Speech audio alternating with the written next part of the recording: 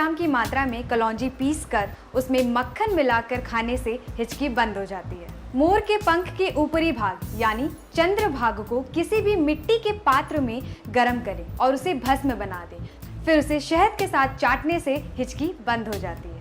हिचकी आने पर अदरक अथवा सौंठ का चूर्ण, आंवला व पीपल के चूर्ण के साथ मात्रा में मिलाएं और उसे शहद के साथ चाटें।